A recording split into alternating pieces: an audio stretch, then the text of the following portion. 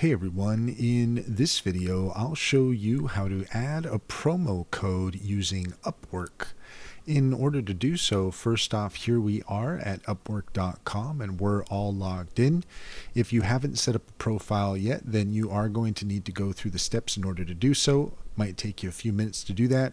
Once you're done, if you go to the account icon up at the top right hand corner and click on that, then you'll see here where it says membership plan, and if you select that there, then you can see that you can change your plan right here. We're on the freelancer basic at the moment, but if we hit change the plan, and then here where it says upgrade to plus monthly, if we select that there, then you'll see here you can enter the promo code.